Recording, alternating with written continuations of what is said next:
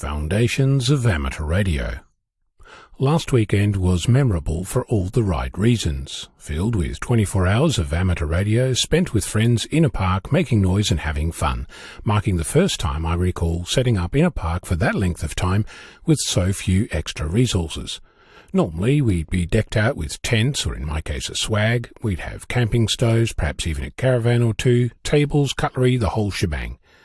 This time we brought none of that. Just radios, antennas, batteries, water with a few snacks, and folding chairs. This was like nothing I've experienced before, and it has me asking myself, why did I wait so long to operate like this? It was wonderful. We spent it being on air and making noise during a 24-hour contest which is specifically intended to celebrate and reward portable operation. In case you're wondering, the John Moyle Memorial Field Day is to encourage portable field day operation and provide training for emergency situations. It was created in memory of John Moyle, the long-term editor of Wireless Weekly, who served in the RAAF with distinction. He's said to be responsible for a number of innovative solutions to keeping radio and radar equipment working under difficult wartime conditions. I've participated in this contest plenty of times before. This was the first time I did it in a park in the city, and as experiences went, it was fabulous and recommended.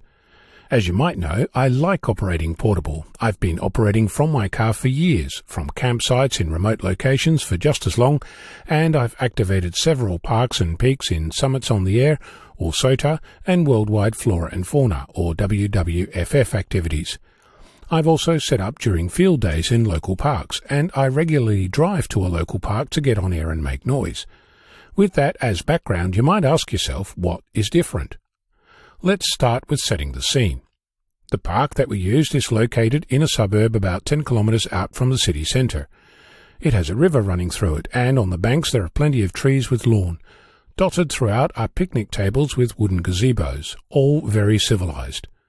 From a radio perspective, it was RF quiet, that is, no local electrical noise, away from cars, from a footpath, close enough to parking where we could get our gear out of the car and walk it to the site. All that alone would have made for a great experience, but this went beyond that. For example, dinner consisted of ordering from the local fish and chip shop 5 minutes away and picking up some amazing seafood. While there, collecting some extra water and, most importantly, dessert from the supermarket next door. During our activities, we had visits from local amateurs. Over the 24 hours, we had a steady stream of interested hams coming out and having a chat. Some took the opportunity to bring food, dips and crackers, thermos flasks of tea, even ice-cold beer. One amateur came along at the end of our activation and helped pack up. All this made for a very enjoyable social experience.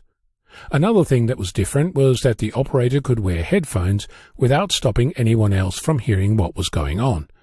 We achieved that by connecting a headphone splitter to the radio, piping the audio to some external speakers for local monitoring, whilst the operator wearing headphones would not be affected by conversations taking place around them.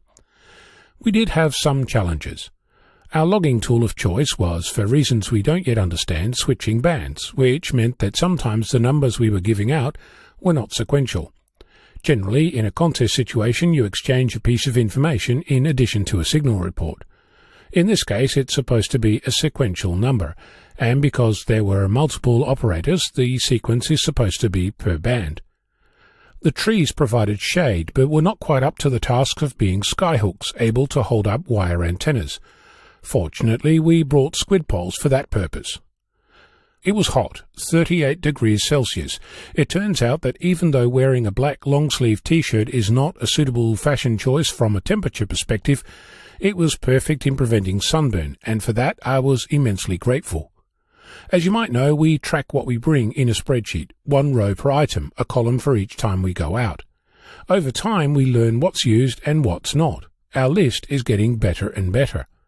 I'll admit that I felt some trepidation in relation to this location, but I'm so glad that I took a leap of faith and went with the experience. What a blast.